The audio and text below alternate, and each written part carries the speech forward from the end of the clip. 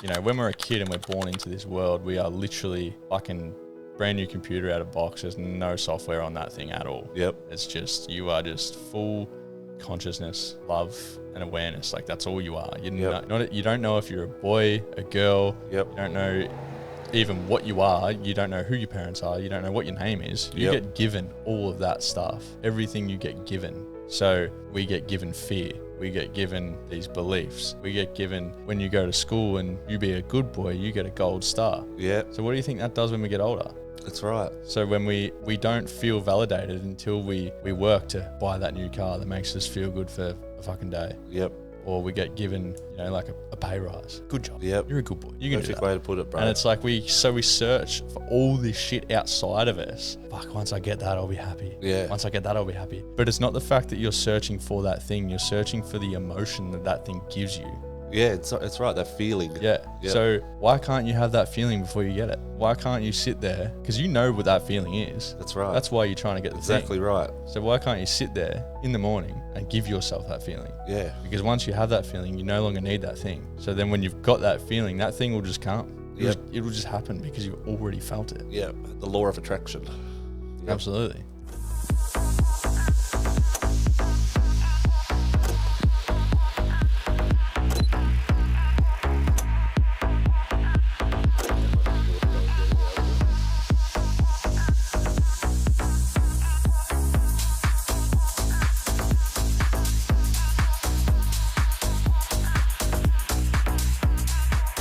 Welcome back, guys, to another episode of the Tonksy Media Podcast. Today we have a very special guest. I met this guy through a mutual friend of ours, Corey Vott, aka Soul33. I watched his story on Soul's podcast, and it really intrigued me. And ever since I've been, I've got to meet the guy a few times and do a bit of his sacred practice through breathwork, and I've just fallen in love with it. So would you like to introduce yourself, brother? Yeah, bro. Thank you for having me. Name's Mitch. I'm a breathwork facilitator. Yeah, been through it, come out the other side. So I'm here now to share my story. Awesome, and, bro. Help share it with the world. Awesome, man. On that note, let's dig straight into it, bro. Yeah. Let's hear a bit about your childhood and where who Mitch Currie is and where he began, and we'll flow on from there, bro. Yeah, sweet. So I grew up in Victoria, Melbourne, Victoria. Yeah. I was raised in just a normal suburban town. Mum, dad together. Just a normal childhood, parents together. I went to school, did all that. Whereabouts did you go to school?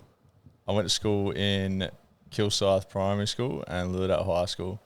That's in Victoria? In Victoria, yeah. Okay. Yeah, so I lived in Vic till I was 21. I was in Vic, and then I moved up to the Goldie. Right. How old are you now? 27. You fuck, bro. Once you become a father, which we will talk about soon. Maybe I actually moved up here when I was 23. Yeah. Fucking hell, I always forget my age. Oh, yes, like I said, when you have kids, bro, I swear to God, you get the old dad brain. Oh, yeah. I got it big time, Yeah. Along with all the fucking drug use along the way. It's just, my brain's fucking as good as mashed potato, Yeah. Tell us a bit about your childhood, bro. Yeah, so childhood was good. I was a fairly angry kid. I had a lot of anger, a lot of rage. I didn't really know where it stemmed from for a long time, but in doing the work that I've been doing and doing the deep dives, into the breath work, diving more into the subconscious, into the body, and uncovering all my shit, I remembered recently, and I think I kind of only really acknowledged it now because it's obviously been something that I've shoved down so far, is when I was 10, I was sexually assaulted and it wasn't by an adult, it was by another boy who was 15 at the time, so he's 5 years older than me. And I think I kind of shoved it down because, when I think about it, I kind of played it off like, oh, he was a kid as well. But then when I really felt into it, you know, like I lost my virginity at 14. Yeah. So yeah, like I was 13. I knew exactly what I was doing then. So, you know, at that point, when I kind of really, you know, went back to it and was like, fuck, that's why I was so angry. You know, like being helpless, you know, having your mouth covered, trying to tell them to get off and not listening and, you know, just doing all the things. So I think I kind of only let myself fully process that as of, honestly, bro, like probably 2 weeks ago. Probably 2 weeks ago was when I was like, fuck, and I probably felt that. And can I just say, bro, for one, I'm truly sorry to hear that, bro. And the recent retreat that we went on, which we'll talk about later on, but I had to leave early, and you brought this up. The brother Ryan actually let me know that what you'd brought up, bro, and it like, yeah, man, I don't know what to say. You know, it's never happened to me, obviously, but through this podcast, I've come across so many people that it has, you know, and it's fucked. Yeah, and you know, like I don't blame. I don't have any.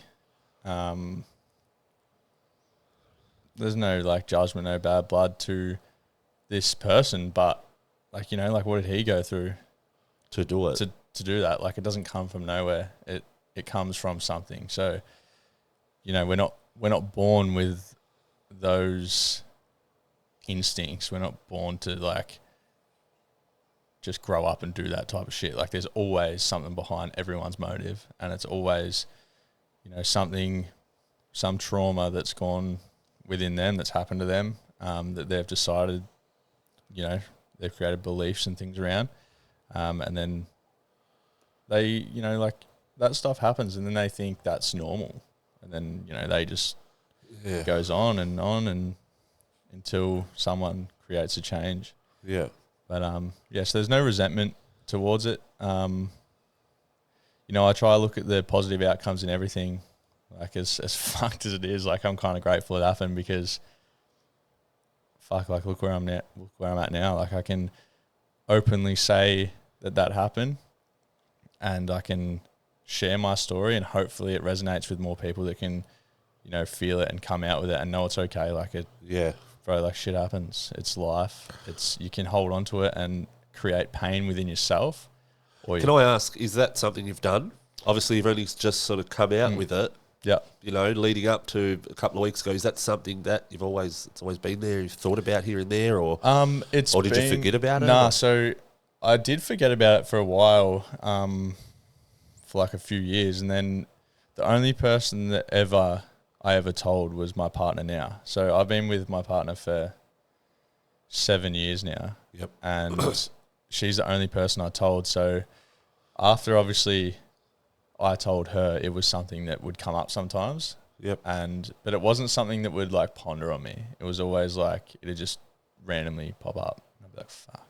Yeah, fuck, I remember that now. But it wasn't until like I really, you know, dove into my emotions and like why I was so angry and why I was always, you know, like just trying to get validation and everything and trying not to feel like helpless. And that's where the anger and the trying to fight and all of it was like coming from, because I didn't want to feel powerless again. So I projected everything, and like whenever someone would get too close to me, I would project on them and be like, get the fuck away from me. Yep. Yeah. But it was obviously something that sat like within me that I was unaware of for a long time until I brought it up, felt it. And, you know, when you uncover it, you start to remember, like I can remember it so vividly now. Yeah. Like I can remember everything. Yeah. Like so vividly to the point of like what he was wearing. Wow. Did you know this guy? Yeah, I did. Yep. Yeah. Yeah. So, it was actually at my home, and we were in my room, and then it was like, it happened. It was all happening. And then my dad actually walked in, and he like kind of rolled off me, and I was like standing there like stunned. Like, I don't know what the fuck to do. And like, I felt like I couldn't say anything because I felt like, you know, like I'd get in trouble. Yeah. Because I don't know, that was just the way I thought. Like I was going to get in trouble for this because I know what's wrong. Yep. But like, this has also just happened to me, so I was kind of sitting there like a fucking stunned mullet, like like, fuck, bro, I don't know what to do right now. Yeah. So yeah, and I guess that lived with me for a long time, subconsciously, and then that just, I guess, led into that rage and anger and voicing myself in anger. Yeah. Yeah. It's, like, when I think of it, bro, like I think back to Russell Manser. You would have heard of Russell, and I was lucky enough to have him on the podcast, and the how you just explained it, like you didn't want to say anything, you thought you were in the wrong, you're in trouble, and like it seems to be such a common reaction to, a sexually assaulted victim, like that resentment, that like embarrassment, Shame. the shame. Yeah, that's the word I was looking for. Like, especially being a man, like, and I know I was only like 10 years old at the time, but there's such a mentality around, like kids, and we will tell them, like, when they get to a certain age, like only babies cry, or like you gotta start to be a man now. Like you need to start doing this and doing that. And then, we put that into our kids' minds. And then when something like this happens, they feel like they can't talk about it. Yeah. It's like this shame. It's like their manhood has been taken from them. So like they can't, how are you meant to speak about that when in this society we're meant to be these egotistical men? Yeah. Like how are you meant to speak about being sexually assaulted? Yeah. And it's only been sort of like within the last decade that blokes, I feel, that have actually come out with it. And, as fucked as it is, bro, I feel, especially with all these compensation claims and things like that, there's so much fake. Oh, yeah. And it makes it, I feel for the actual victims like yourself, and, people like Russell and Glenn Fisher and other guests that I've had on the podcast that have spoken about similar things, it takes away the actual, what's the word? It takes away the actual fact of it happening to them. When you've got all these people just looking for a bit of money. Yeah. It's like. But no, bro. From the bottom of my heart, I'm truly sorry to hear about that. I've only recently met you, and you're a fucking legend of a bloke, bro. Thanks, we clicked like that, and it's truly something. I listened to your story on Soul's podcast, and I haven't got around to reading your ebook yet, which we will talk about. But, when I was told that, bro, it was like, fuck, and so, I truly am sorry, brother. Oh, thanks, bro. And like I said, it's only something that I've only just acknowledged within myself. Brought to the surface. And honestly, like when you do when it does come to the surface and you remember things like that, like it just feels so good to let it go, like let it just fucking, like just let it go. Like you don't have to hold on to it. Like it's not, the only person that's hurting is myself by 100% holding on to that. Yep. So, and now I can use, like, I want to use it as like a message that it's, you don't need to hold it. Like it's the weak to speak. Yeah, 100%. Yeah. It's not. And I've spent so long not speaking and holding it in, and it just comes out as anger and rage. And then, which led me into, it didn't really lead me into like partying and doing drugs and stuff, but that was like, as teenagers, a lot of people naturally just lead into that. So we do. If you, I believe, we're similar sort of blokes. We click as men and get along on a certain level. Our type, that's what happens with us. I swear. Do you know what I'm trying to say? Like from a teenager, if we're this type of bloke, or woman, whatever, we're into a bit of the party scene and the, experimenting with this and that. And talk us through your experiences, bro. So I think as a kid in school, because I was always searching for, that validation or that look at me, just trying to be like seen. Yep. That led me into some bad spots of like, getting told to leave school, doing kind of just rebelling, doing everything that I was told not to do. Yeah. And I mean, it's kind of still the way I am. Yeah. Like, the same. With, like the whole system and the rest of it, I'm like, fuck you. Yeah. But, so I think, think I ate my first pill when I was 14. Ecstasy. Yeah. Yep. Yeah. Best feeling of my fucking life. Yeah, well, back then, bro, weren't they good, man? You got your mate halves, and you'd be fucked for 48 hours. The first one, you never get it back either. No. It never comes back. But yeah, so that happened, and then Was you into sort of, you're 14, was you into going to parties and things like that around that age? Yeah, like, so that was, like one of, I think it was like it was like a party for school, maybe like a formal, because I was a year younger than all my mates. Yep. So I think formal, like everyone was like 15 and I was like 14. But yeah, anyway, it was like a formal after party that we had, and all my mates were like, getting pills, and everyone's like, what do you want? How many you want? Like, you want 10-pack? Or like, what do you want? I'm like, fuck, just give me one. Yeah. 35, 40 bucks back then they were. Yeah. I still remember what it was. It was called a fish hook. Oh, okay, and, and this is down in Victoria, hey? Yeah. Yeah, and it it's where all the Tassie ones used to come from too. Blew me fucking brains out. It was good, but yeah. But yeah. So did that. Fucking danced, loved it. All the dopamine, and then that just kept happening. Just kept happening every weekend from there. You'd get on the piss. Fuck it, I'll get 2 pingers this weekend. Yep. 3 pingers, 4 pingers, 5 pingers. So relatable. Yeah. And then it just got to the point where it was like, how many can I do? Yeah. How many can I eat? Eat them like fucking every volleys, hour. Mate. Yeah. So I was like that too, bro. Set the alarm. Fucking another one. Going into double and triple dropping and shit. Yeah. So, and that happened, and then they kind of started phasing out, and then I went into the speed. I was doing heaps of speed. Like I was never like a weekday user. Yep. I was always like a weekend. Friday till Monday type. Friday, Sunday, sometimes, very rarely. I couldn't really back it up too much, but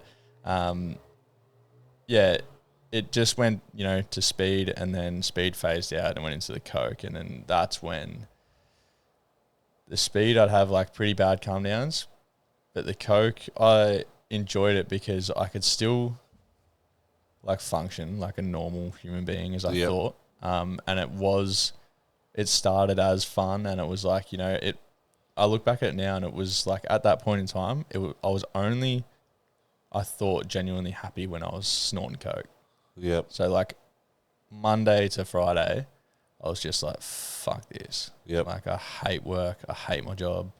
My life's just like fucked. I got no money, this and that. And then Friday come around, I'd be like, come on, let's whole go. paycheck like, straight up the nose. Yeah. Beers, rack.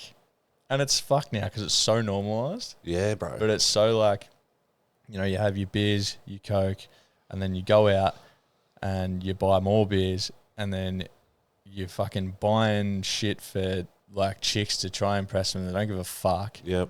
And then, you go home, you fucking do all the dumb shit you do when you go home. Yep. And then you wake up the next day, you feel like shit, you spend all your money on Uber Eats, and then it's just like a never-ending spiral. You don't get out of your room, you're a piece of shit, you don't make your lunch all week. Like, it's just a never-ending spiral. And I did that for fucking years. Yep. And I wondered why I was so sad until I had coke again. Yep. And then, it was the only time I felt happy, but then it turned into like, that wasn't even making me happy. Yep. Like that ended up fueling the rage. Yeah. Like that was like. Did you ever seek like professional help, therapy, anything like that? No. Nah, I kind of was in denial of the fact that I was like, because I would only use on weekends, I was kind of like, oh, I'm sweet. But I couldn't go a weekend without it. Yep. So like, I was like, yeah, but I go to work every day. Like, it's sweet. Like, so common, bro, that story, isn't it? Yeah, but I actually missed a section. So before, when I was about 16, when I started like going to the parties and stuff, I went to this party, and it was an open house party. So it was just like, there was like 500 people in this joint, and I had a few mates that were like, fuck, don't go to it, man. Like, don't go. And then I had another group of mates that were like, yeah, fuck, let's go. So like, fuck it, let's go. Went there, and there was just this. It was this big hall, it was full of people, and my mate this guy approached my mate and was like, "Oh, do you want to buy any pingers?" And my mate was like, "Oh, they're not even fucking making them anymore, mate. Like, what do you got?" And he's like, "Oh, I've got this and that." And my mate's a bit of a smart ass. He was like, "Fuck off, dickhead. You don't know shit. Like, you're a bullshitter." And then, anyway, I kind of look over and I see my mate like get pushed by this dude, and instantly that rage in me like kind of come out, and I was like, "Oh fuck, she's like, on." Yeah, and I was like, because I was in that state where I would do anything to like look validated or like be that tough guy, and I would like project all my shit. And then, you know, I went over to him, and at the start I was like, "What's going on, bro? Like, what's happening here?" And then he shoved me, and I was like, "Mate, come on. Like, I'm not trying to fight ya." Like, he shoved me again, and I just snapped. I was like, "Do it once more and I'll knock your fucking head off." And he pushed me, and I shoved him back, and he walked off. And I was like walking through this pack of people, and I was like yelling, screaming over these people, like, "Come back here, you fucking cunt. Like, I'm going to kill you, blah, blah, blah." It was the last thing I remember. And apparently, this is what I've been told. I have no fucking recollection of it. But he come back with his mates, and 5 of them circled me. Wow. I was just standing up against this wall, and they just had at it. Just started laying into me, knocked me out. Apparently I was standing there, arms up, just like covering up, but just knocked out completely. And because I wasn't hitting the floor, they just kept pumping me. Fuck, yep. And my head, the first hit, my head swung back, and I missed the brick wall by about 10 mil. Yep. So I probably may not be here if I hit the brick wall. Yep. And then... Fuck, bro, our stories are fucking so similar, eh? Yeah. I said that to you from the day one, like, when I met you, like, yeah. And, sorry, yeah. So then my mates kind of jumped in and, like, covered me. And then they just, like, you know, stuck their hands in his pockets, pulled his phone out, pulled his wallet out, and then just legged it. Yep. I then kind of, like, come to... And there was people coming up to me like, "Bro, you're like, you're so lucky. Like, you're not dead, man. Like, that bloke there, like, he just goes around just like knifing." Oh, true, yeah. And I was like, "Whatever, dickhead." Like, what? Like, just kind of coming to. This chick come up to me and was like, "Drink this and make you feel better." And I was just like completely out of it, sculled it. Turns out it was laced with Frank. Yeah, okay. So I was fucking. You can imagine what I was like after that. For those that don't know what Frank is too, they call it Frank here in... it's called Juice in Melbourne. Juice, GHB. Yeah. Liquid fantasy. Yeah. It's the date rape drug. Yeah, so I was sloppy as all fuck, walking around, not being able to handle my... Couldn't talk, like, just like... And then, it came to speed, straightened me back up. Yep. And then I was just, like, back into it. Like, where the fuck is this cunt? Yep. Anyway, hearty little fucker there, don't you? Couldn't find him. He was well gone. There was cops and shit everywhere on the street. People getting pepper sprayed. Like, it was hectic. And after that, it didn't really upset me what happened. It just fucking made me so angry. Like, I was like... You felt humiliated. Yeah, and like I woke up in the morning, bro, my jaw was so sore. I couldn't eat. Like, head was pounding. I woke up like throwing up. Like, it was fucked. Yep. And then...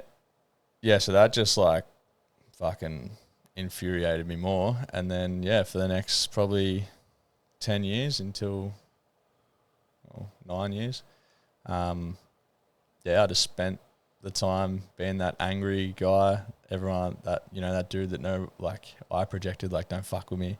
Yep. Everyone just saw me as negative and aggressive. But that was my persona. That's a persona I put on after that night because I was like, this will never happen to me again. Yep. And then I started, getting into the coke and all that, and then that would kind of suppress it because I'd be like happy on the bag, like talking to anyone, blah blah blah, and then the rage started coming back up and up and up. Then because I was wanting to fight so much, I stepped into a boxing ring, went into the boxing gym and threw the gloves on, trained a few times, like trained for probably 2 months. Yep. Then jumped in for a spa. Fell in love with it. Just fell in love with just letting it out, like hitting the bag and just the other bag. Hit the bag with my fist. Yeah, swap one bag for the other. Yeah, so, and like I was still, while I was training, I was still like smoking, drinking, getting on the packet here and there. I wasn't as bad, but I was getting on it here and there. And then it kind of... When you say smoking, what? Ciggies, smoking weed? ciggies. Did you ever a weed smoker? I was when I was younger. Yep. But I smoked bongs and they just railed me. Yeah. Like I'd have like 1 billion just hit the deck. Like, one cone stoned, yeah. So, yeah, but because I started boxing and then I hadn't been in the ring yet, and I'd go out and my ego was just like, I'm a fucking sick cunt. Yeah. Like, I can fight now. Yeah, like, I'm a boxer. Yeah, Been like there, done that that. ego like just got the best of me, and then I finally was like, yeah, fuck it, I don't know if I'll get in the ring and spar. And I sparred before, and then I sparred like once before that, and then I got in again, and I just remember just getting the nose popped, and then popped again, and again, and again, and it was just blood just pissing out my nose. And that's what rattled Reality. me. Yeah, that was like, you're not bulletproof, brother. I'm not that tough guy. Yep. I'm not that fucking guy that I thought I was. It's a real deal, isn't it? Oh, yeah. Fucking oath, bro. Fuck yeah, you're not. And especially when you get a good one on the jaw or something like that, and you feel that vertigo feeling, whoa, I've just been rocked. Yeah, when you get hit in the ear and you get that the fucking, temple. Yeah, it's, even though you got like it's an ego death, bro. Oh, yeah. At its finest, isn't it, Even though you got the headgear on, when you get your head spun one way. Oh, bro, and then it hits the other. It's fuck. It doesn't necessarily hurt your head, but it's like your brain is just like bounces around in there, bro. Yeah, 100%. And it doesn't necessarily hurt. It's just like, fuck, I'm not that. I didn't like that. Yeah. So, yeah, that really rattled me and really put me in the backseat of my ego. It stripped it down, and it was the best thing. Like Mike Tyson says, like everyone's got a plan till you get punched in the face. Yeah, that's the truth. And bro. that was, like that was the first time since that night that I got punched in the face and remembered it. Yeah, sober. Yeah. And yeah, that shook me, and then that just put me down a path of just discipline. Ice baths. Still went to boxing. Didn't spar after that, but just train, fitness, keep the mind active. Yeah, ice baths, and then my boxing coach was actually, he just did his breathwork training. Okay, and he was like, "You need to try this. Like, you need to give it a go." And I was still a bit like, What years are we talking? How long ago was this? Because 2 years ago. Okay, yeah. Because I've noticed, like I said to you when I first met you, I noticed first person or time I ever seen breathwork was through Gaz Wright. Yep. And I thought it was all just a big front, a big money making fucking hoax, you know, mate. As like most men do look at it, until like now it's gotten a lot more exposure, which is fucking awesome. Yeah. But like at the start, like he was like, you gotta do this breathwork stuff, man. Like, and I was still a bit like, I was always like, kind of like 1 foot in, 1 foot out with like the spirituality kind of stuff, and like all like the woo woo as they call it. I was kind of like into it, but like I can't be seen liking that shit. Like my ego was still like getting involved. Yep, I was the exact same, bro. Yeah. And it's only been really the last sort of fucking 10 to 12 months where I've really sort of stepped over that line, Yeah, and he was like, just do it, just try it, man. And I was like, oh, fuck it, righto. And then I went to a free beach session, and it was so out of my comfort zone, like they had us like just going and speaking to random people, and I'd only spoken to people when I was off my fucking guts. Yeah. Like I would only have an open conversation when I was on rack and, just having the chats and the D&Ms with people. But so sober, trying to have a conversation with someone was like, fuck, a random shit. person. Yeah. And like my ego was still like, I don't fucking care about you. Yeah. Like, and then anyway, I just went in and I was like, fuck it, you know what? I'm just gonna do it. Like I'm just gonna go all in on it. I'm gonna fucking talk to these people. And then I laid down and I just did like 30 of those breaths in through the mouth, out through the mouth. And I just started tearing. Like instantly just started getting tears, and I was like, what the fuck is happening to me?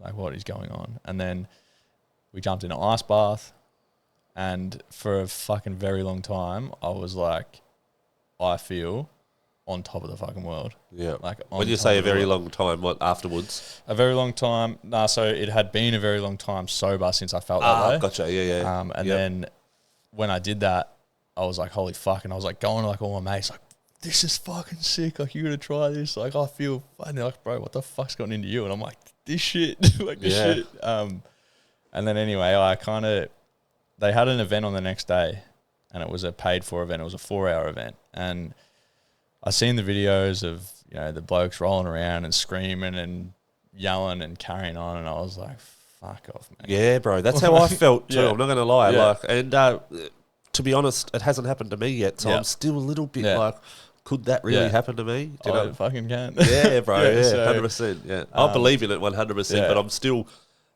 you know, I feel individually, could I, you know, because I've got a very strong mind, but and that's the thing, man. You got to be ready for it as well. You got to be ready and open to it.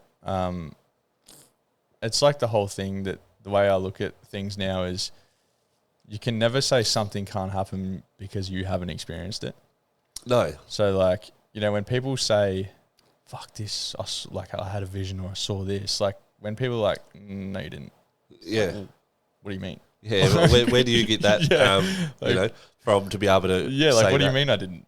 It's none of your fucking business. So anyway, I had seen it all and I was like, fucking whatever.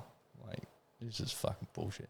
Yep. So I kind of went as like, I'm going to go there and prove that this shit is fucking bullshit. Yep. But then, after I went on the beach and I did a few like breaths and I just got a tear, I was like, fuck me. Where did that come from? Yeah, and that was literally for 5 minutes. Yep. And then the next day I went to the 4-hour event and we did, you know, ice baths and like connection pieces where like you spoke to people and you did things like you stared in each other's eyes and like it was some pretty like ego death kind of stuff. Like it was really confronting. You know, just opening up to these random people, telling them things that you haven't told anyone. Yep.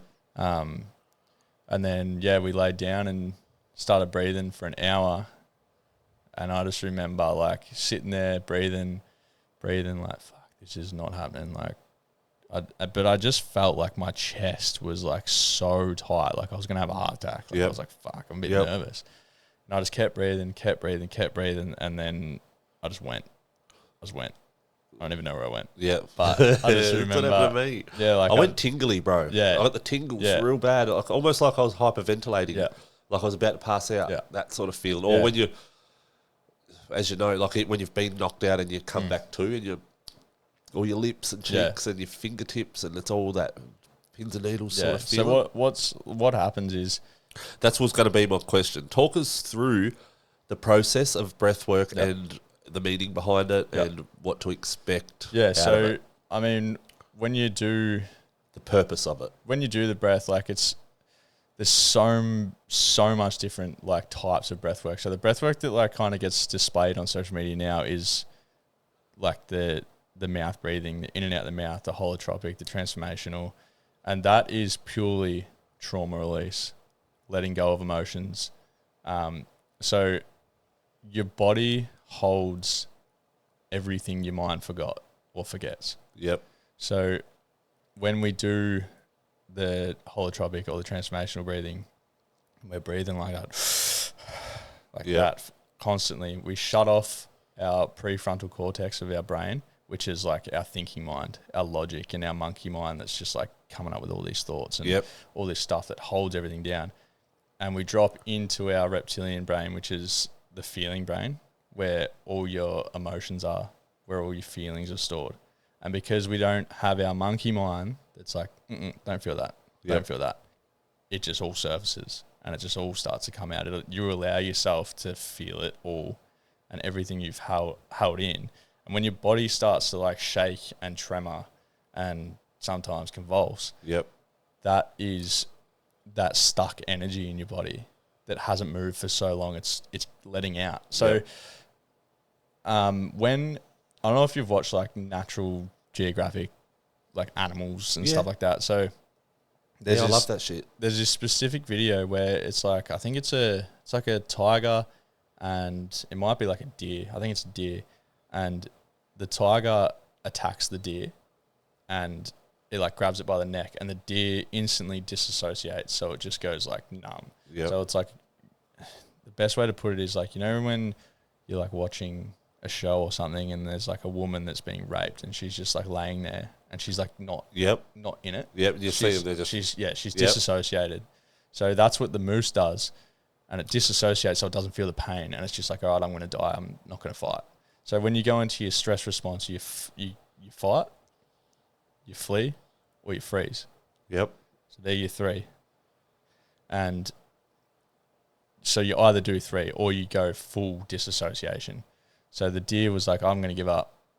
I can't do anything about this. But then as the tiger kind of pins the deer down, it gets distracted and it looks at something, and then it lets go of the deer, and then it chases after that other thing.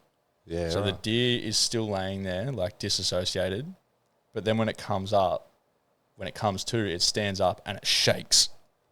Yeah. And it shakes all that trauma out. Yep. And then just goes on like nothing happened. So that's a perfect example. So that's exactly what humans don't do, because we have a conscious mind and a subconscious mind. So we can shove it down and not feel it.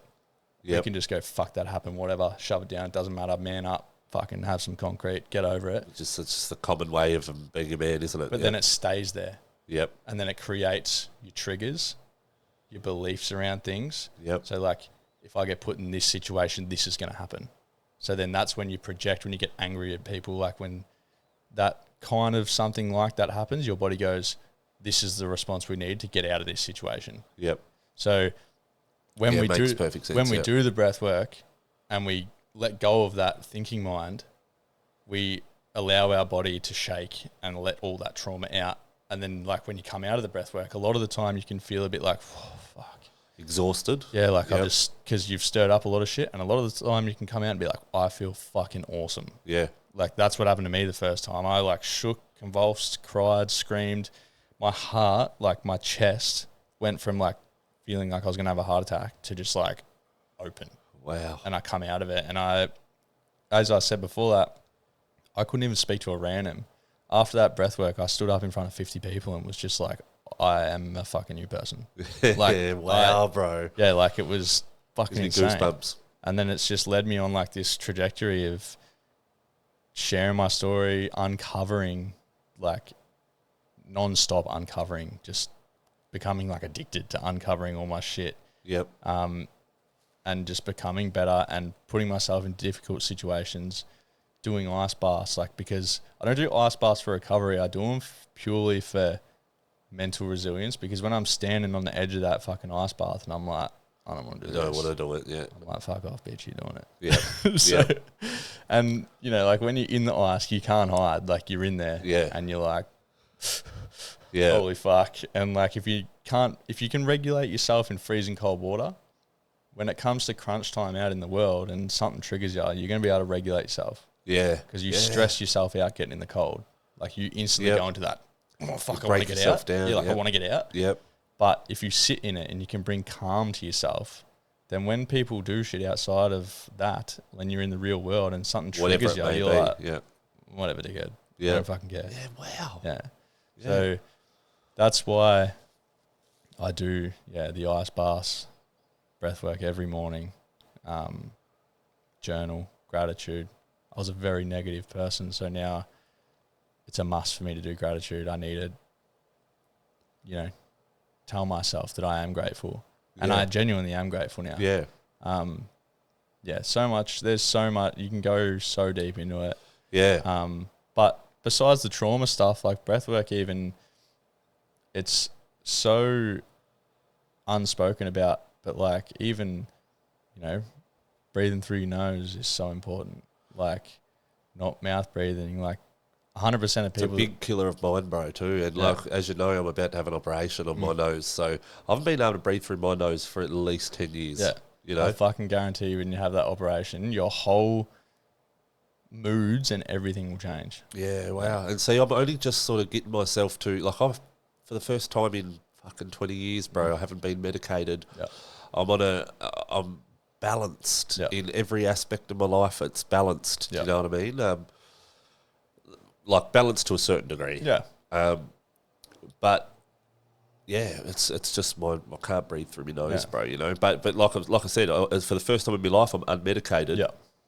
I've always been on an antidepressant or a mood stabilizer or fucking, you know, Valium or something like that.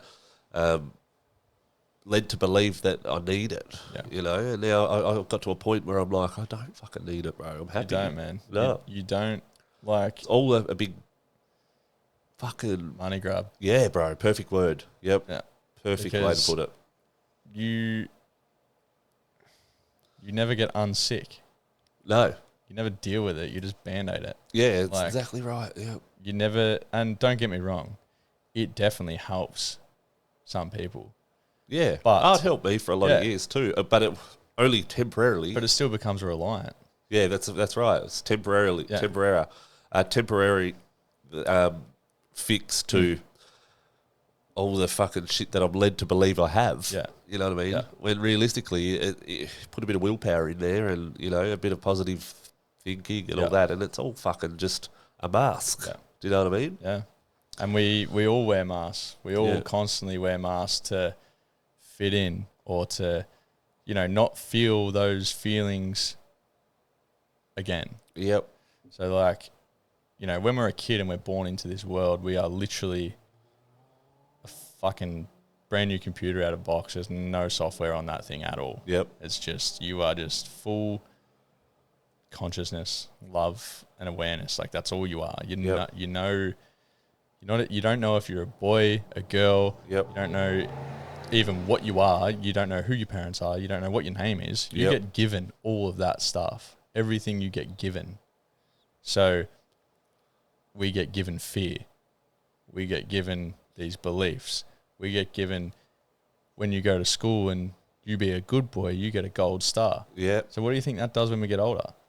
That's right. So when we don't feel validated until we work to buy that new car that makes us feel good for a fucking day. Yep. Or we get given, you know, like a pay rise. It's like, good job. Yep. You're a good boy. It's a perfect way to put it, bro. And it's like we search for all this shit outside of us. Like, fuck, once I get that, I'll be happy. Yeah. Once I get that, I'll be happy. Yep.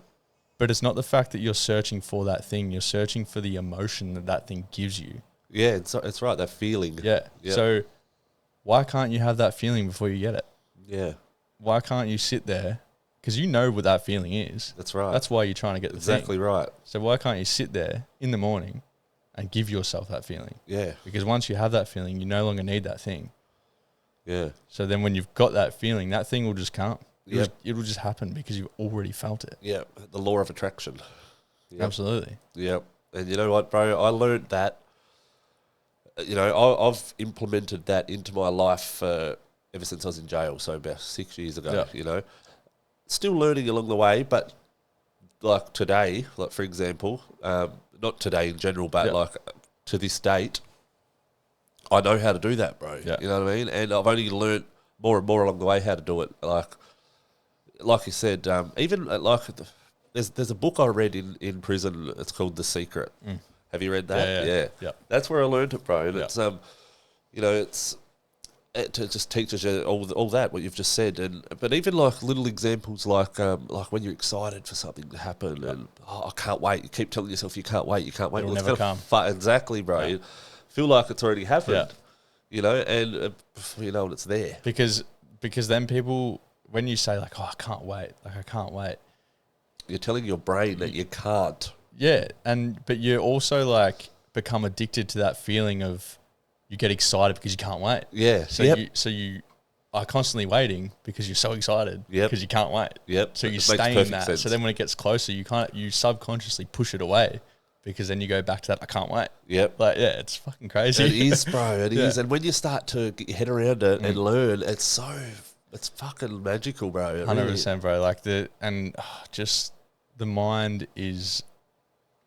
Well, you are the most powerful thing in the world, but your mind is if you can't control your mind, you're fucked. Simple as that. Yep. Because again, your mind is not like your thoughts aren't yours. They're things that you have held on to that other people have told you or you've seen or like things that you've felt. All these thoughts that come in, they're just these old stories. Yep. and like you have something like 10,000 thoughts a day, and, Wow. and 80% of them are the same as the day before. Yeah. So if you're having negative thoughts, then 80% the next day are negative thoughts. Yeah. Then 80% the next day are negative thoughts. And that's all happening in the background. Yeah. These aren't Without realising. These aren't even thoughts you're conscious of. No.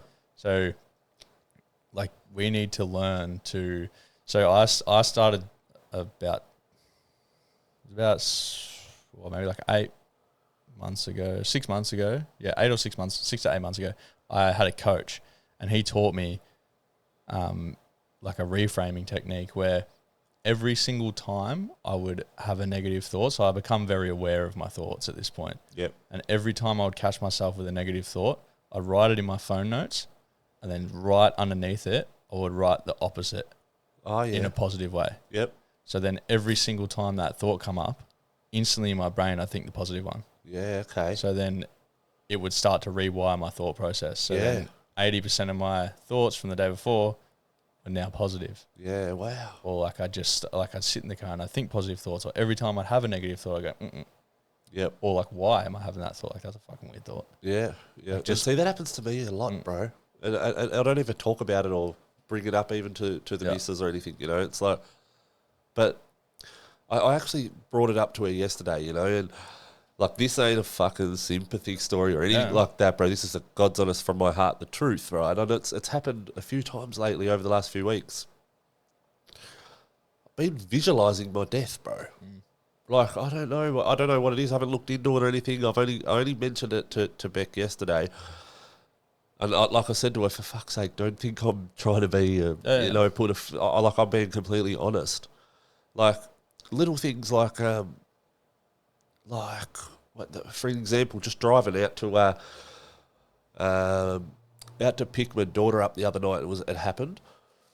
Now, I was driving along and that's what set it off, actually. A car went to, I watched it as I'm coming along the street. It went to pull out and it hadn't looked right to see me coming yet. And I watched him. I watched him as I'm driving closer. I was prepared to stop because I've seen that he hadn't looked. And he went to pull out. He looked at the last minute. But then as I drove past it, after it happened, I visualised it all going wrong and T-boning that car. And I even visualised all the dash coming in. And I didn't say anything, though. It was just a thought. But I stopped and I thought to myself, why the fuck did I just think that? You know what I mean? And then it clicked to me that a similar thing had happened a week or so before. Yeah, I haven't got an explanation for it, but it's fucking weird, bro. And it doesn't scare me at all. Like, without sounding like a fuckhead or a hero, death doesn't scare me. Yeah. You know, if you've done DMT, death doesn't scare you. It can't scare you. Do you know what I mean? I get scared of maybe how I'm going to die or, you know, but as far as once I've crossed that line, I'm not afraid of what's next. I'm excited, if anything, bro, you know? But yeah, it's fucking strange. Yeah, and I think, like, maybe if you do look into it, like, it might be... I haven't looked into it either, that's the thing, so I could, you know... But like it depends what, like, way you kind of look at it. Like, it could be, you know, maybe a new beginning or something along the lines of maybe this version of you's going to die and something new's going to happen. Yeah, I don't know, but it was like the couple of times that it's happened, it's actually made my heart like skip a beat, like, you know, like, fuck, that was weird, that was strange. But I haven't voiced it at all. It's just been I've left it up here. You know? I don't know. It's just something I thought I'd bring up because it's just maybe just start like journaling. Yeah, and it's something I've never really done. I've tried to over the years here and there, but I end up getting distracted and forgetting about it. And then next thing I know, I haven't done it for weeks. Yeah. You know, one thing that I don't do it every night. I try to do it every night, but just gets too much every night. So I try to do it like at least once a month. I'll just like literally sit down, grab a pen and a paper or a book, and I'll just start writing. Like, I don't even know what I'm writing. I'll just start. Whatever comes up, I just write it. And a lot of the time when I'm writing, it's like two sides of me are having a conversation. So it's it'll be like, you know, the light and the dark having a conversation. There'll be like, you know, like, you're a piece of shit. you're like not a good person, you've done this, you've done that, and then the other side's like it was all meant to happen, like you're learning, like all like, and it's just like the devil and the angel just going at it, and then when you sit back and you read it, you're like, what the fuck? This cunt's cool. Yeah, but it's like literally just like whatever's going on up here. Yeah. You put it out, and once it's out there, it's not in here anymore. Yeah, yeah. And like, yeah, that's... You hear that a lot too, write it out, so then it's, yeah. Yeah, and that's what we actually do it on the retreat. We do the fire ceremony where we write on a piece of paper what we want to let go of. So we do the breathwork journey, and then we do the fire ceremony straight after it. So whatever come up, whatever you felt, if you want to step into a new version of yourself, if you want to let go of something else, write it on that paper, look at it in the physical form, because now it's a real thing, and watch it burn. Yeah. Yeah. Throw it in the fire and just watch it burn. Unreal, bro. It's no longer... Talk us through becoming a facilitator and that how you went through that process. Yeah, and, so I did my training with Trey Williams. He's here on the Gold Coast. He's an amazing teacher, a fucking awesome guy. It was 5 days... 5 days practical, and then I think it was 3 months of like assessments and theory stuff. Yep. But that 5 days was fucking the best thing ever. Like the breaking down your walls, like the ego, everything, like the people you meet. It was fucking awesome.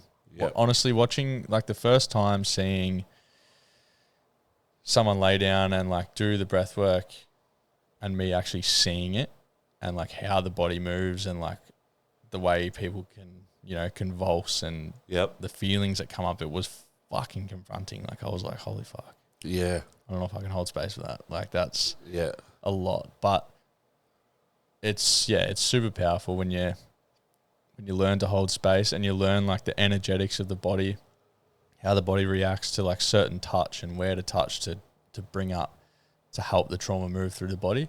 Yeah. It goes so into depth. Like I remember the hardest thing from that night, it was the best thing, but it was so fun. Oh man, it fucking hurt the ego. We did this thing called a shamanic dance, and it was... Oh, you've told me about this. Yeah, and it was... You'd stand face to face with one another and you'd lock eyes, and I would stand there and just stare you in the eyes and you would just dance. Yeah, wow. And then you would just hold space for me, stare me in the eyes, and then I'd dance. Yeah, wow. So, and like you'd obviously, like it's a sacred practice, so like you're not laughing at the time, so it's like completely... Did you find it hard not to laugh, or you were in that zone? I did with... So like the first one I held space for was a girl, and that was, we were both like very just like in the zone holding space. But then I went and did it with like one of the boys I got along with, and we built a bit of connection, and it was pretty funny. Yeah, like, a bit of a smirk. But like I was trying not to, but it was pretty fucking funny. Yeah. And then we went into like, you'd do the breath in and out the mouth, but then you'd just like dance. So it was like you'd be like doing the breath work, so you're like kind of going into that altered state, but you're like up and dancing and like moving your body, and then you're just like in your bubble with your eyes closed, breathing, dancing. Like it was, it was full on, listening to like trance music. Like it was fucking hectic, but it was good. Super confronting. Yeah. But it's like that shit that I love, because like once I've done that, I'm like, I can fucking do anything. Yeah. Like, I remember you said those exact words when I first met you. Yeah. Like no one can fucking judge me anymore, because I have just done the most fucking judgmental shit ever. Like it's something I would judge someone for back in the day. Like I'd be like, same, bro. That. Yeah. Even to this day, I'm still like that. I'm not gonna lie. Like, and that's the thing. Like judgment comes from that place inside of you that that you couldn't handle it. Yeah. And that's what like the judgment is. And that's what I've seen. Like everything that I judged, it was because I either envied it, or I was jealous of it, or I was like, I just would not do that because that would be embarrassing as fuck. Yeah. Yeah. But once you like kind of break that down and you do it, you're like, it's like freedom. It's like, the whole point in freedom is to you will never get freedom if you don't step foot into the chaos. Yeah. Because how can you be free? Because you find freedom in the chaos. Yeah, that's right. Yeah. Crazy, bro. It was fucking hectic. But so what? You've been a facilitator now for a couple of years, or 2 years, I think it is now. Maybe a year and a half. Two year and a half, I think. Yeah. But yeah, it's been the best thing I've ever done. I mean, it's, what have you done so far as far as being a facilitator, and what's your future goals with it? I have held multiple one-on-one sessions. Yep. I can't even count how many I've held. I've done one event myself. I've done 2 retreats with Soul. And then I've helped out with a lot of other facilitators, just like being in the background and holding space for people. But yeah, like my main goal in it is just to help people find their like authenticity, just be happy again, like let go of the mask or the masks. Yeah. Because like I wore a fuckload of them. Yep. And like, to a point we all still do. Like the ego, you never want to get rid of your ego. You just want to cultivate it, because your ego is what keeps you safe. Your ego is what is your identity. Yeah. But yeah, I just want to get us all back as close as we can to our childlike expression. I feel like we've lost so much happiness and play as adults. Like everything's so fucking serious all the time, and everything is around money. Everything is just like, I can't afford this or I can't do that. Yeah. Just on that note, bro, it just come to my head then. Just here on Ferry Road, the 2 servos, they're 100 metres apart from each other. The price of petrol, bro. 1 servo's $1.99.9 for unleaded. And first time I think ever I've seen diesel cheaper. Yeah. 100 metres up the road, it's $1.49. How? Bro, I know this because I waited in line at the $1.49 servo for about fucking 15 minutes to put petrol in today. Like, it's fucking crazy. Like, how can they change, like vary so much? Like, what's the... And poor old fucking matey down, he's just sitting at his counter with no customers whatsoever because everyone's lining up the road, It's like... But it's the cost of living, bro. It's just off its fucking head. Everything is money. Yeah, and that's it. Like, that's where I kind of just... Like, it's like we're so external. Everything's so like I was saying before, like once I get this but like how many people have all these goals and ambitions, but how many people have like actually asked like, why do I do this? Yeah. Like, what am I doing this for? Yeah, that's like, right. Am I doing it to find happiness? Am I doing it? You're doing it, bro. Most people are doing things to impress other people, to impress the people around them. And like, don't get me wrong, I'm not saying don't not have goals and like go enjoy the fruits that life gives us. Like 100%. Go get nice cars if you want nice cars. Like, go do what you want to do. 100%. But like, don't think it's going to get you happy. No. Because it won't. Like, money can definitely fucking do a lot of things in this world, and it is a great tool to have. But you can use it for good and you can use it for bad. That's right. And like, if you base your whole life around chasing money, like, money goes forever. So if you try to find happiness in money, you'll be searching for happiness forever. Yeah, that's a perfect way to put it. Like, you won't be like, man, you see celebrities all the time topping themselves. Yeah. You see millionaires just ending it because they've got it all. Yep. And then what? But they don't have it inside. Yep. And that's where happiness comes from, because you cannot find it elsewhere. No. Because your perception of life is what determines your reality. Yep. Man, me and you can look at fucking anything. So like, I said this on the retreat. There was there's like a drop toilet with a septic tank. And I was like, look, this is the way perception can shape your life. I look at that septic tank and I think money, because I'm a plumber. Yeah. You look at that septic tank and think that smells like fucking shit and I wouldn't go anywhere near it. Like, that is just perception. Like, I can look at that glass and say it's half full and you can say it's half empty. Yeah. Perfect. That's, again, perfect. And it's like, you determine your life. Yeah. You determine your happiness. You determine what that person just said, what that means to you. Yeah. They said something that they didn't, like, if I was to say, you're a fuckwit, you can go, oh, that hurt. Yeah. But that's your choice. Yeah. Or you can go, cool, mate. Yeah. Because Or I can, so are you. Yeah. You know, that's the thing. Like, off each when other, when people project on you, that's their stuff that they're throwing out. Yeah. That's their coping strategy. That's what they're throwing out. It's their stuff that they haven't healed through. Yep. So, but when we take that on, we determine whether or not we hold that now in us. And then if we project, it's like our shit because that triggered us. And we're like, yeah, we are essentially a loaded gun, and our emotions and our traumas are the ammo. Yep. And our triggers, when people say something to us, and our triggers are literally the trigger of the gun.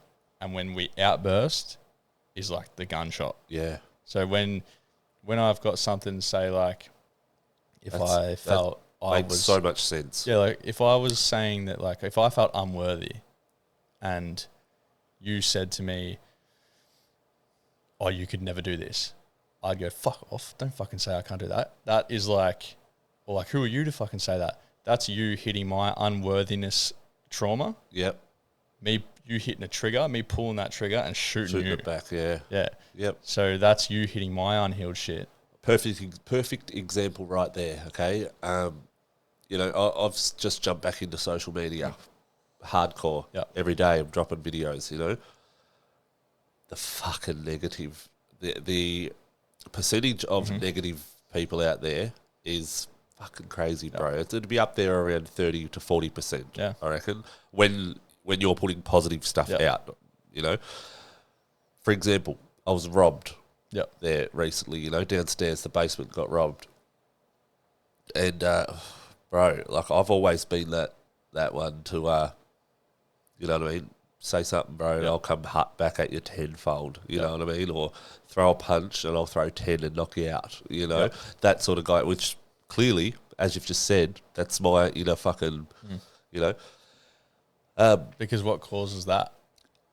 All my inner fucking, what's the word?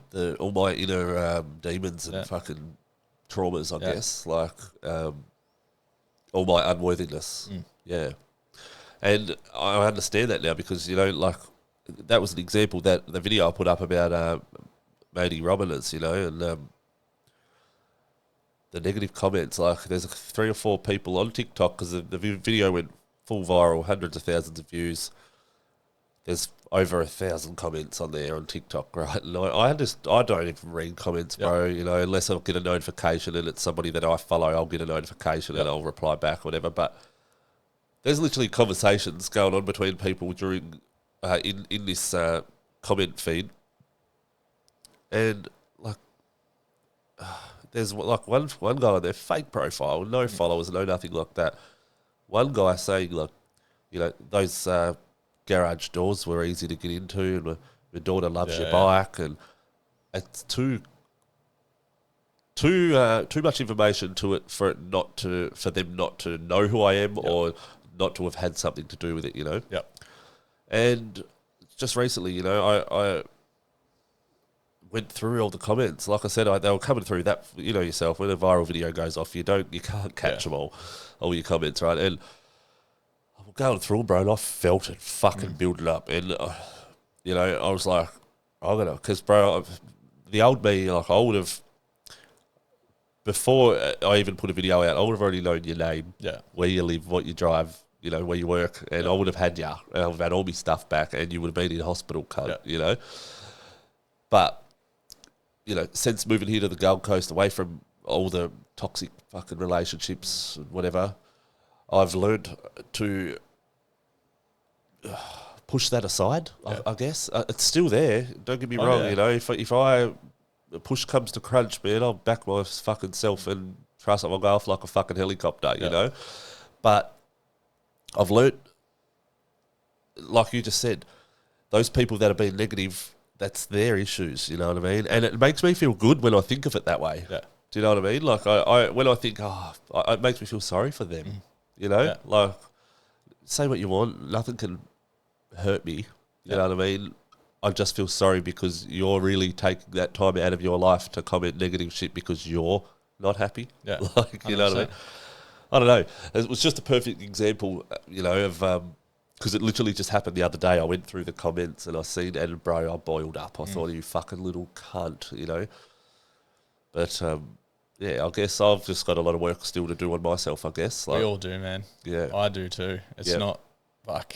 It doesn't just happen overnight, and it's not, I don't think it ever will end. No. Because... And depending on the reason too, you know, I feel a pretty valid reason. Yeah. You know, come into my personal space. Yeah, 100%. Sort of, you and know, like, don't get me wrong. have kids. I'm not saying don't have boundaries. Of course, yeah. Because when you got boundaries, if people overstep the boundaries, then absolutely. Yeah.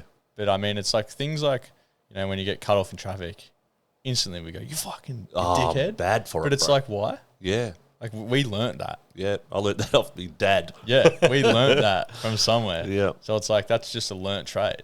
And it's like, why are we actually, when you look at it like, all right, cool, he's there, I'm here. Yeah. What happens now? Yeah, what he's doing 10 kilometres under the just- speed limit it and he's in front of you. Yeah. Like, Like, it just is. yeah. Like, he's there, I'm here, we're still here. Cool. Yeah. Like, and it's, when you look at other people as mirrors, so like, if you get triggered by someone, I've started to look at it like, thank you for showing me where I haven't healed. Yeah. Like, Yeah. Thanks for showing me where I need to work on. Yep. Because you fucking piss me off. Yep. But like, there's a time and a place, and I'm not saying like men shouldn't be fucking, you know, alpha, and it's built into us. We are meant to be masculine and, you know, like hold the fort down and be providers and things like that. But you can do that in a way where you're not showing or you're not bringing that into your children's life, and you're being a role model while doing that. Like setting boundaries and say, look, if the boundaries get crossed, then this is how I'm going to act. Yeah. But if there's no risk or threat to us, then I don't need to be like that. Yep. I don't need to just have a fucking outburst because the little boy inside me feels unworthy because someone did that to me. 100%, bro. Yeah. No, it makes perfect sense, brother. On that note, little boy, mate, you're a new father. I am.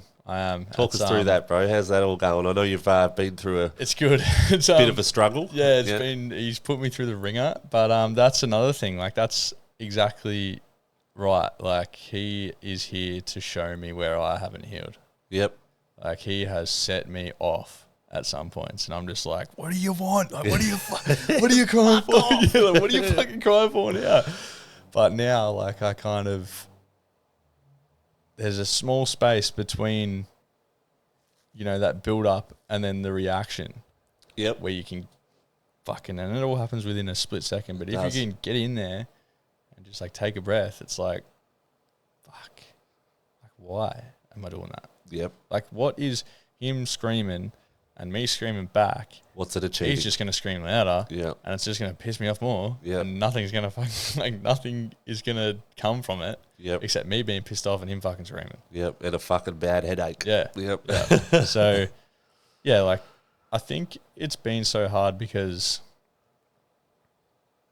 I just wasn't accepting it. I wouldn't surrender to the fact that he is just going to cry. Yep. Like, I can't do fuck all about it. And like, Yep. you know, as a man, we all try to fix things. We're always like, all right, what can I do to fix it? We're fixers. We like fixing things. When we can't fix something straight away, Yep. it pisses us off. Yeah, that's right. Yeah, yeah. So, yeah, I guess it was tough. It was fucking tough. Like, you know, for the first 4 months, I was like, fuck, what have I done? Yeah, bro, I feel it, eh? Well, Yeah. like, you would have heard, actually, earlier in this podcast, Bub crying through the mics, bro, you know? Yeah. But that's another thing, man. It's like, kids are kids. All they want is love. All they want is just to be held, and it's right, bro. That's it. all they know. That's literally, well, like, man, they come in, they're in a womb that's the same temperature as them. They're all cuddled up and all nice, and then they get fucking squeezed and ripped and pulled out into this world, and they're just like, what the fuck? Yeah, well, you don't want them to cry. Yeah, and the first thing they do is come onto the mum's chest, because that's the closest thing that they had. They can hear the heartbeat. So that's all they fucking want. Yeah. Is that. Yeah. So then anything other than that, that's where all the beliefs and the perceptions and things start to come in, because then anything from there, they feel unsafe. Yep. Can I ask, like I'm a father of 3, you know, my eldest daughter's 13 this year, bro, and my youngest is 18 months. But there was a huge gap. My middle daughter is only 2 years younger than my eldest. Yep. So there was like a 9-year gap, you know, between kids. Yeah. And it was a whole new experience again, bro, you know. Like I was a young boy. I was 19 and 21 when my first 2 were born, you know. Yeah. I was 30 when baby Darcy was born, and yeah, bro, it's like I don't really know how to put it, but being I don't know, I feel like, because you said what, you're 26? 27, yeah. 27, yep. So what, you was 26 when Bub was born. Yep. I suppose, you know, obviously you've finished your apprenticeship and all that, you're qualified, you know, you've done all that first before having a kid. So I suppose you're on a similar sort of page to me with having a baby at this age, I guess. But I don't know, bro. I feel, and then again, it's probably different for you because it is your first, but I feel having a baby at this age, bro, I've just got all the time in the world, and, you know, I missed out on a lot of time with my older kids, obviously through drug use and through prison and fucking whatnot, and just my shitty decisions throughout life. But you know, this time I just feel like, I don't know. I don't really know where I was going with that, but I was thinking that you was similar to me with having kids younger, but it doesn't work like that. You feel like you. It feels different. It's like, well, now you're present. Yeah. Like you're present now, you know, you're not thinking about when am I going to get high next. Yeah, that's right. Like you're thinking about, like, you're more mature. Yeah. What does my daughter need? Yeah, and I suppose for you, you know, do you plan on having more kids? I do. I mean, he's definitely put a back burner on it. Like at least when he's probably about 3. Yep. Or probably good age gap. Yeah, probably 2 we'll start trying again. Maybe 3 we'll start trying. I don't know. That's a discussion me and Mads will have to have. Yeah, but, fair enough, bro. But I will have another one. It's definitely not off the cards. I do want a girl next. Yep. So I can have the boy girl. Yep. But I'm glad that I had a boy first. Did you always want that? Yeah, I wanted a boy first. I have a younger sister. Well, I have an older brother and a younger sister. Okay, yeah. But, I feel like a little girl needs an older brother sometimes, so... Yeah, so I'm the eldest of 4, bro. Yeah. Me, a sister, a brother, a sister. Yeah. So, but here I am with 3 fucking girls. You know what I mean? I'll end up with 8 girls and fucking 1 boy. Yeah. But nah. I definitely want a boy, bro. I hope it'll happen one day, but... you know, you look at my uncle, my dad's brother's got 5 girls. Yeah. You know, no boys. So it's in the family. Yeah, it's a girl thing, bro. I just want to be the one to carry the name on, you know, the surname on. But how did you go with having... So, Darcy, is that Beck's only? Yes. Yeah, so how did you go with that? Different with partner? No, with like her having a baby and then all of her attention going to the child. That wasn't, to be honest, bro, that hasn't really come up. It makes me proud. I feel proud to be the one to have made Beck a mother. Yeah, cool. Do you know what I mean? Yeah. Same as I feel proud to have made Emily, the girl's mum, a mother as well, you know. I wear that, you know, with pride, bro, 100%. Watching, like I said, I was young when the first 2 were born. We were both young. Yeah. I just started to experiment with drugs and shit when my kids were young, you know. But this time around, I've enjoyed watching Beck adapt as a mum, you know, because she had no experience with babies whatsoever before me. So this time around, having a child at this age, I felt like I had a lot more, a lot more Maturity. Nah, not maturity. A lot more. I can't think of the word, but I had to be involved more. Yeah. You know what I mean? Yeah. Responsibility. Yeah. Yeah. A lot more responsibility as a parent this time round. Whereas with the elder girls, Emily adapted. You know, I ended up veering off into the fucked up world I ended up living. And I always knew the girls were safe. Yep. They always had a good mum. She raised them fucking brilliant. You know, we may have our differences, but I could never ever take her motherness away from her because she's brilliant. You know, and if she's raised two beautiful kids. But yeah, this time round it was sort of Beckett never even changed a nappy or anything like that. You know, so it was like I took the lead. So it was different. That's sort of where I was going with before. It's been a whole different experience, bro. But it's but like the question you asked, that never really crossed for me. I was like, you know, it was, to be honest, Beck weighed it up pretty good. She still always got the time for me, and you know, even right down to making me lunch for work and shit like that, you know. But on top of all that, great mother as well. So, but it's just, I don't know, bro. I think the best thing that could have happened to me at this age was having a baby. Yeah. You know, because fuck knows where I would have veered off or what would have happened in life. Like, I could have fucking skyrocketed with success, or I could have just went.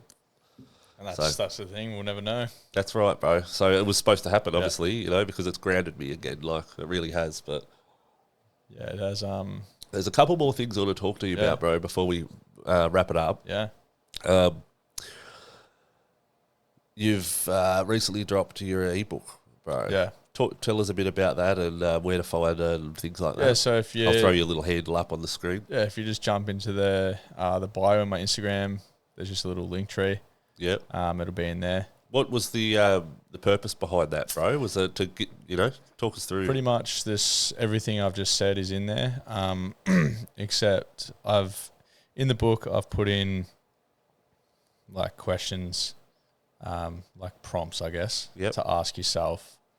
The kind of questions that I asked myself when I was going through the time of just like, who the fuck am I, essentially? Like, what am I doing here? And, you know, how I kind of... I pretty much wrote the book as soon as I acknowledged the fact that I was sexually assaulted. Yeah, okay. And it just sparked it. I was like, fuck this. I'm doing something that people can gravitate towards, something that's raw, real, and when I was writing it, I was still feeling all the emotions of it. So I hadn't even processed it yet. I was like feeling it as I was writing it. Just something that's real, relatable, raw, and just to, I guess, spread awareness, and hopefully it just gives someone, even one person in like a dark place, like just gives them hope that they can change their life. Like I want people to know that if you're going through a dark place, that you are in the best possible spot, because when you get out of that, you're going to know what real happiness is. Yep. Because you've been in that spot. So when you've been that low, anything above that is, you know, bro. I'm looking forward to giving it a bit of a gaze, bro, to be honest. Like, I did want to do it before this podcast to get a bit more of an idea, but I just couldn't find the time. But I'll 100% buy a copy of it, bro, and check it out. It's so it's just a story, you know, the assault, that party, the boxing, ice baths, my daily ritual that I do, how to create your own. And just like prompts on like questions to ask yourself, really deep hitting questions that you don't normally ask yourself. Yep. Get some juices flowing, and give us a bit of an example. Just like that question of like, I guess it just goes through like the stories, and then it's like, what masks are you wearing, or like what masks am I wearing? Yep. So like, can you think of like a certain situation that you may be wearing a mask to fit in or to be someone you're not? Yep. Like, and when you ask yourself those questions and you be completely honest with yourself, you see where you're not being authentic, and you see where you're trying to impress someone, or like those people that you're hanging around that aren't doing aren't the best for you. Yep. And like you can see where things are keeping you stuck. Like, if you feel stuck and you feel like lost, you need to ask yourself some questions, because it's a choice to stay there. Yeah. Like, it's a choice. Everything's a choice. Like, it is a choice. You know what, bro? That just brought up, like, you know, and this is why I click with Brother Soul, man, because, I don't know, there's something within him that when I went downhill there, 6 months ago, secretly, behind closed doors, I really hit rock bottom, bro. I did put a bit of a front on for, but I fucking, like, lost it, man.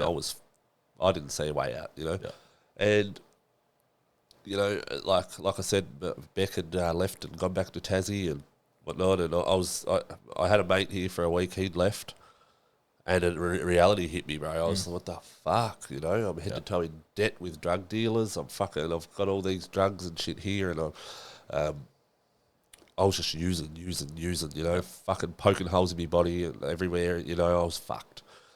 And I'm driving along early one morning. It was like 5 a.m, bro. Just by myself, and I get a message from Soul, and literally, bro, he had, and he'll back me here, he had been on the podcast only maybe 3 months before, and he just sent me a message at that time of morning. Obviously, he's up doing his morning thing, and is everything okay, bro? And it was like I needed that, bro. And like Soul too. Soul had been somebody that I'd followed. Goosebumps. I'd followed for a long time, and I found him at the weakest time of my life, I've come across one of his videos, whatever. And so I just fucking read the message while I'm driving. I just rang him, and I ended up being on the phone with him for like 2 hours, bro. And I cried, I laughed, I fucking told him everything in detail. And I think, I'm not sure where he went on a holiday overseas. Vietnam. Yeah, Vietnam. And was still, bro, messaging me while he was over there on a daily basis. You all right, brother? This and that. I think I even got him to message Beck a couple of times, and and it was like, but he's a good man. He is a very, very good man, bro. And I'm blessed to know him. I'm blessed to have met you through him as well. And but yeah, fuck, it blew my mind, and that was from then, that phone call, that was the start of my healing, bro. Look how far I've come now. I'm doing these retreats with you. I'm fucking, I see huge things. I want to hopefully one day become, I want to continue with this breathwork shit, bro. I want to work it out. How did you feel after that? After the breathwork? I can't really put it into words, bro. Good. I didn't feel shit. I felt a bit fatigued. I feel like I didn't fully let myself go like I wish I had off. Like I wish, or I know I could have now. It was my first time, obviously. But I'm really, really looking forward to doing it again. I'm sort of spewing. I couldn't stay there the other day. I had the girls, my older kids here, so I had to get back. But I rate it 100%, especially seeing Ryan. Ryan was one guy that stuck with me, bro, right through my darkest day. We were using together as well, and but he was still there, bro, the whole time. Then he got off it and then distanced himself from me. And then I eventually got off it as well, But after hearing his feedback from it, bro, and even today, like I get this big love message from him, bro, just thanking me for introducing him to you guys and this and that. But after seeing his response to it, bro, I just want to do it again bad. That's exactly why I do it, man. It's those responses that we get is exactly why I do it, because I know it's changing people's lives. Like, it changed my fucking life. Yeah, man. Like, it changed my life completely. Yep. And I believe it'll change mine too. 100%. Like I seen old mate that come on the retreat with us, hearing him purge the way he was, like, wow, man, I want that to be me. I want to, and watching you push on his chest as like, it was like you could almost physically see it coming out of him. Do you know what I mean? Like, it was fucking blew me mind, man. Yeah, I really want that to get to that level myself. I mean, it's all about just surrender and just trust, and it is us making the safe space as well. A lot of the time, like, the person doing the breathwork needs to feel safe. To allow, like, their nervous system to adapt and be able to drop in. And yeah, so it's just surrender and safety, and yeah, just because the breath can be fucking confronting. Yeah. When you're sitting That's there. another quick question I've got on the breath work. Can it be dangerous? Yeah. Yeah. If you're like fatally dangerous? not fatally, if you are not a trained facilitator, Yep. Because there's insurances and things you need. Yep. If you're not a trained facilitator, and like you can put people into like some wild places, you know, like That's where I was getting at. Yeah, like, so they go into, obviously you go into different brain states, and you can have like natural DMT release and things like that. And if you can't facilitate someone through that, and you just let them roll through that, and then you end the session and there's no integration. Yep. You can imagine where some people Just would end left up. them. Yeah. Yeah, it's like leaving a little kid in the dark. You could like, people have ended up in, you know, like mental hospitals and things. That's where I was like, getting at. yeah. If you're not a trained facilitator, and you're just going in and throwing people in the breath, and like, you can go to some seriously deep places. Like, man, Ryan went deep. Yeah. Deep. Yep. And if I hadn't have been able to facilitate him out of that, like, he was deep. He was somewhere else. Yeah, he was in another state. Yeah. And yeah, if you can't facilitate someone through that safely, Yep. then yeah, you're going to put some people at risk. Yeah, fair enough, brother. But I mean, it's very rare. It's very, very rare. Like, I would hate to scare people away, but it's just like, it's common sense. Yeah. It's common sense. Like, you know, you're dealing with trauma. Yeah, that's You're right. dealing with people's trauma. Yeah. So you've said enough just there. yeah. Yeah. So like, we're not trying to make people feel their trauma. We're just trying to help their body move through it. Yep. We're trying to help them process it. Yep. Yeah, and when you're, you know, dealing with trauma and things like that, like, you know, people are going back to places they don't necessarily want to go, or even remember. And you want to, like, that's the whole thing. You want to create a safe space around that, because if they go back to there and they don't feel safe, then you're just going to put their body in a whole nother fucking state of stress, and yeah, you're going to do more damage than good. So yeah. Yeah. I appreciate you, brother. Before we wrap it up, bro, give us a shout out on your socials. All the links will be in the description anyway, but where can people find you, bro? Instagram, Facebook, TikTok. I'm pretty sure it's just all Mitch.Currie. Yep. Yeah. I've noticed you verified on Insta and Facey. I think it's linked, so potentially, yeah. Yep. Yeah. So you'll find the blue tick. Yeah. Yeah, bro. You've been awesome to have on, but give us some hardcore advice, bro. You know, for somebody maybe that's suffered a bit of SA and haven't spoken about it, or, you know, someone that's maybe going down the same sort of path that you went down before you found peace. Take radical responsibility for everything in your life. So everything that you can't control, everything that happens, but you can control the way you react to everything that happens. Yep. So knowing that everything is a choice, and by you resenting and holding on to things, you're only damaging yourself. Yep. You're only putting yourself deeper in a hole. So the faster you can start doing the inner work, healing through that trauma, doing things like gratitude practices, just doing ice bath. Man, ice baths they're like a fad right now, but they single-handedly, well, not single-handedly, but along with the breath work, have, like I said, it's those times where you've got that freezing ice and you're like, I don't want to do this. Yeah. And then you do it. Yep. Just doing it is building that self-worth. And just say you're going to do something, do it. Yep. And it doesn't have to be a big thing. Say you're going to wake up at 4 a.m. and just wake up at 4 a.m. Doing little things like that builds your self-worth. It builds your self-confidence. It's not like being like, fuck it, I'm going to run a marathon. No, that's right. It's just... Each individual's different, bro. 100%. You know, everybody's got their own, levels. 100%. Tomorrow I'm going to wake up and make my lunch. Yep. Make your lunch. Yep. Just do something and do it. Like, say you're going to do something and do it. Yep. Because it's those little things that, if we don't do those little things, like say we're going to make our lunch and then we don't do it. Yep. Like, we're just doing a disservice to ourselves. 100%. We're just saying that we're not worthy of doing our own words. So how do we expect other people to do things for us when we can't even do it for us? Yeah, makes perfect sense, bro. Yeah. Look, bro, it's been an honour having you on. Just quickly, I want to give a shout out to the sponsors, Eiffel Drive Club, Inside Out Coaching, The Goods Clothing Co. and Wolf's Painting. Without you guys, this podcast wouldn't be happening, so I'm very, very grateful. And if you've watched it this far too, I just want to apologise too. I'm crook as a fucking dog, man. I am. I've had to stop and blow my nose. You've got a tissue in my hand the whole time, but we done it, brother. That's episode 11, season 2 with Mitch Currie. Thank you, brother. Thank you, brother.